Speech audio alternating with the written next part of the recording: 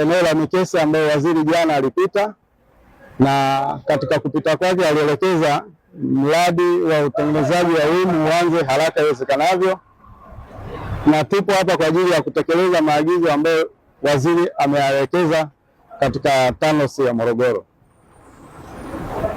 Kwa hiyo wapo wataalamu ambao wanaendelea na matengenezo ya hiyo wing kama alivyoelekeza waziri kwa ajili ya kutekeleza ili mzani uanze kufanya kazi kwa haraka. Baada ya mzani kukamilika, faida iliyopo ni kwanza kupunguza foleni ambayo inatokea baada ya kujazana kwenye mzani mmoja, na kuruhusu magari ambayo hayahitaji kuingia mzani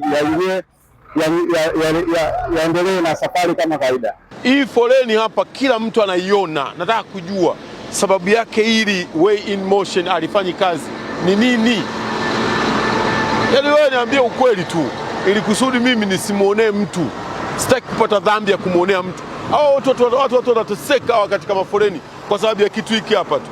Sasa nyie niambieni, mmechoka kufanya hii kazi? Hamuna haja nayo? Hebu iangalie hii foleni.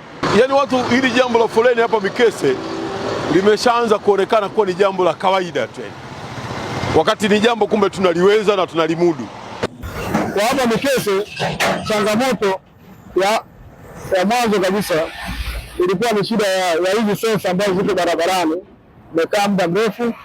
Kwa issue ni beti na nati zilikuwa zimekatika, pamoja na sensa zenyewe zimekuwa worn out. Unaona bana, na huu mzani ni wa kwanza kufungwa, kwa maana hii mifumo ilifungwa kama pilot ya wizara, kwa maana ya kufanya study ya changamoto ya msongamano katika vituo vya mizani na kuweza kuona namna kupata mfumo ambao unaweza kusaidia kupunguza msongamano katika vituo vya mizani. Kwa hiyo ilifungwa na wizara nafikiri mwaka 2015.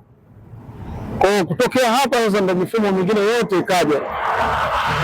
Kwa changamoto ile pepo ni worn out ya sensor, kwa maana bending plate pamoja na frame ambayo inashikilia sensor zenyewe. Kwa hiyo tulichofanya ni kufungua, kuweza kuangalia reassess damage iko kiasi gani, na kuweza kuona tuweze kupata sensor nyingine tubadilisha na kuresume operation za mfumo na kuweza kuwahudumia wasafirishaji ambao wanatumia hii barabara ya kutoka Dar es Salaam kuelekea nyanda za juu kusini pamoja na Central Corridor.